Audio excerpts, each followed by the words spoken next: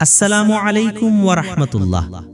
হাদিস পাঠের আসরে আপনাকে স্বাগতম। আমরা অনেকেই চাই মানুষের কাছে ভালো হতে, সেরা হতে। আপনি কি জানেন মানুষ হিসেবে আমাদের শ্রেষ্ঠত্ব কিসে? আসুন নবীজি সাল্লাল্লাহু আলাইহি ওয়াসাল্লামের একটি হাদিস জেনে নেই। রাসূল সাল্লাল্লাহু আলাইহি ওয়াসাল্লাম বলেন, সর্বোত্তম মানুষ হলো সে ব্যক্তি যে মানুষের সর্বাধিক উপকার করে।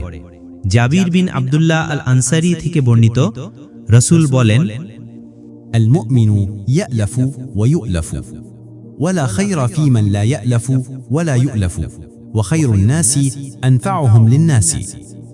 মুমিন ব্যক্তি অন্যকে ভালোবাসে এবং সে অন্যের ভালোবাসা পায়। যে অন্যকে ভালোবাসে না এবং সে অন্যের ভালোবাসা পায় না, তার মাঝে কোনো কল্যাণ নেই। যে মানুষের জন্য সর্বাধিক উপকারকারী, সে সর্বোত্তম মানুষ। চলুন আমরা সবাই চেষ্টা করি অন্যদের উপকারে আসার। আজ থেকে আমরা শপথ করি প্রতিদিন অন্তত একটি ভালো কাজ করব। ভালোবাসা বিতরণ ও গ্রহণের এই প্রতিযোগিতায় নিজেকে এগিয়ে রাখব। আল্লাহ আমাদের তৌফিক দিন।